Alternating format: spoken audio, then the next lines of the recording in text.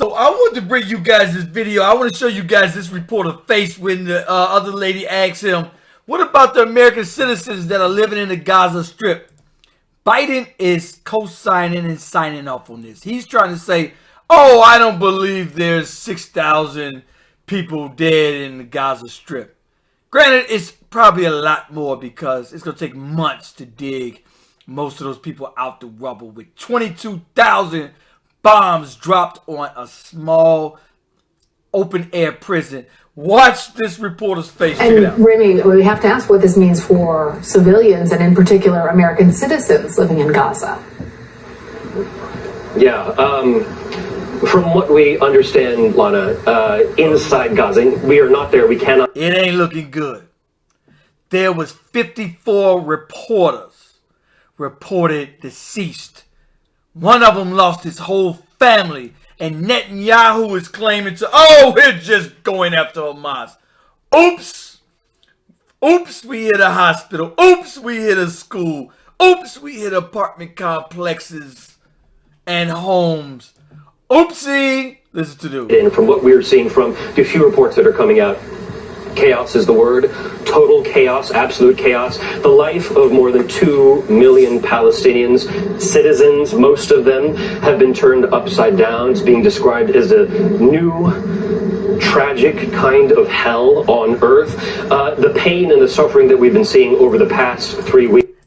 All war crimes. None of them.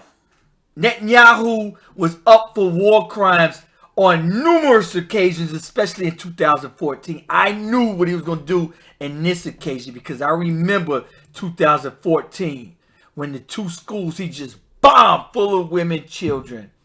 And the United States is the only one that stepped in and said, no,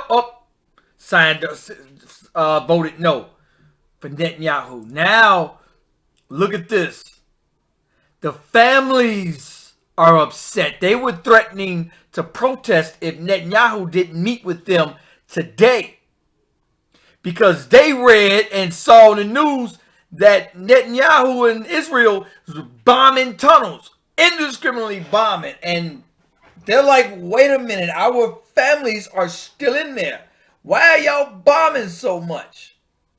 But let Israel tell it, they're just going for Hamas. They not buying it either. They were threatening to protest because now your family is in there. So now you're worried about civilians now that your family is in there.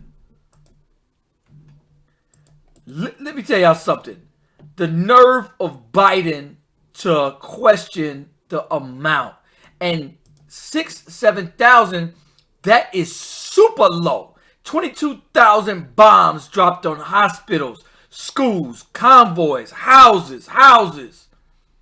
The entire southern and northern of the Gaza Strip, which is densely populated, hit with powerful bombs leveling whole blocks, each and every 22,000 bombs. And by the time they dig out, it'll be a year later before they get a real count on how many people are really deceased from this conflict. Will likely only get worse. That is, unless, and right now that might be a big if, more aid is needed that is allowed into the country.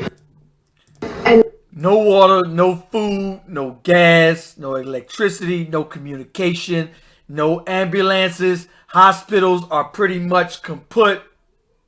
2.3 million people is more likely. If they don't get urgent ceasefire and urgent aid within the next 3 days, they're drinking toilet water, diseases. It's just a tragedy.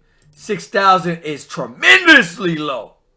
You'll be lucky if we don't come out this conflict with 600,000 deceased from the Gaza Strip.